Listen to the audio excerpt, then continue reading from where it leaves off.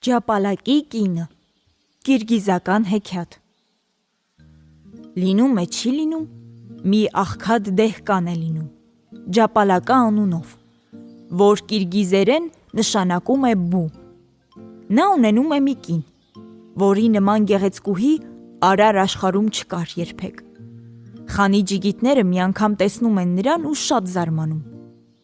Միթե աղքատը կարող է այդպեսի գեղեցիկ կին ունենալ։ Այդ կինը իսկապես խանի խարջն է։ Ջիգիտները Ջապալակի կնոջ մասին պատմում են խանին, և սա ցանկություն է հայտնում անպայման տեսնել գեղեցկուհուն։ Ջապալակի կինը դեռ հեռվից նկատում է, որ խանը իրենց մոտ է գալիս։ Նա բարձրանում է իրենց յուրտի մոտ գտնվող բլրակի վրա ու սպասում խանի գալուն։ Երբ խանը գալիս է, Ջապալակի կինը քաղաքավարի ողջունում է նրան։ Իր խղճուկ յուրտն է հրավիրում և Աստծո տվածով հյուրասիրում նրան։ Խանը մի քիչ ուտում է, ապա կնոջը հարցնում. Ինչու է կարապը ապրում բվի հետ։ Նշանակում է կարապը բվին շատ է սիրում, և ուրիշ ոչ ոք նրան պետք չէ, նույնիսկ եթե առյուծ լինի, պատասխանում է կինը։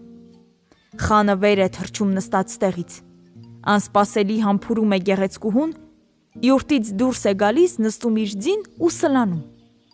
Մի քանի օր անց ջահել կինը իր ամուսնուն խնդրում է, որ բվի մի ձագ բռնի։ Ամուսինը կատարում է կնոջ խնդրանքը։ Կինը մի աչքակապ է կարում ու հագցնում բվի ճտի գլխին։ Հետո թռչունի ոտքերին մետաքսե կապեր է դնում և օրական 3 անգամ կերակրում է մսով։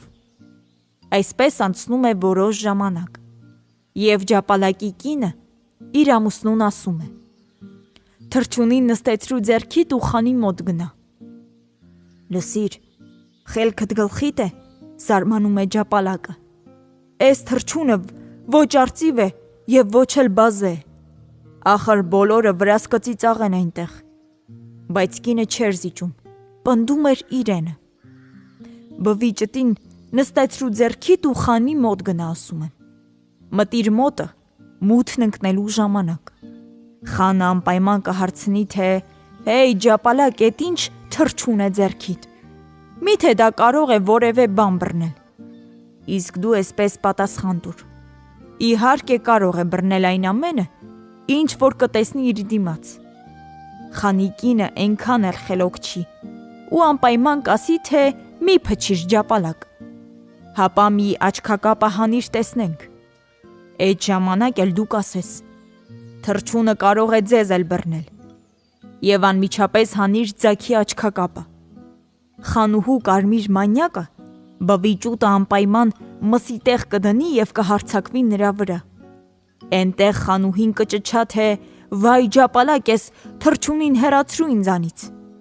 Իսկ դու էլ բվի ձագին երբ վերցնելիս լինես, անսպասելի համբուրիր նրա այտը։ Ջապալակը հեծնում է իր ձին, ձեռքին է նստեցնում բվի ճուտը ու գնում խանի մոտ։ Երբ խանի ջիգիտները տեսնում են, թե Ջապալակը ինչ նվեր է բերել, սկսում են ծիծաղել ու ձեռ առնել։ Ջապալակը նրանց վրա չի էլ նայում, արագ մոտենում է խանի յուրտին։ «Վայ Ջապալակ, էդ ինչ թռչուն է թևիդ», հարցնում է խանը։ «Բու է», պատասխանում է Ջապալակը։ Խանը ծիծաղում է ու նորից հարց տալիս. «Միթե կարող է այդ բուն որևէ բան բռնել»։ Իմ խան, կարող է բռնել այն ամենը, ինչ որ դուրս կգա իր դիմաց։ Խանի կինը մի կողմ նստած թեյ էր խմում։ Նույնիսկ առանց Ջապալակի կողմը նայելու նա հարց է տալիս. «Հավատալս չի գալիս։ Դա ոչ թե բու է, այլ բվի քնձռոտ մի ձագ։ Իզուր տեղը մի փչիր Ջապալակ, դա ոչինչ էլ բռնել չի կարող։ Հապա մի փորձիր աչքակապը հանել»։ Եվ նա ինքնագոհ սկսում է քմծիծաղ տալ։ «Օ գեղեցկուհի, էս բուն նույնիսկ կարող է ձեզ բռնել», պատասխանում է Ջապալակը, և շուտով թռչունի աչքերը բացում է։ Բվի ձագը տեսնելով կարմիր մանյակը, նետվում է վրան ու չանգռում խանուհու կուրծքը։ Խանուհին սարսափահար ճչում է. «Թանկագին ջապալակ, խնդրում եմ թռչունիդ վրայիցս վերցրու ու մի կողմ տար»։ Ջապալակը թռչունը վերցնելիս պինդ համբուրում է խանուհու երկու այտերն էլ։ «Ջապալակ, ո՞վ է այս թռչունին սովորեցրել», հարցնում է խանը։ «Իմ կինը»։ Այստեղ խանը հիշում է, թե ինչպես էր մտել ջապալակի յուրտը ու լեզուն կծում է։ Այսպես էլ աղքատի կինը տրորում է խանի քիթը։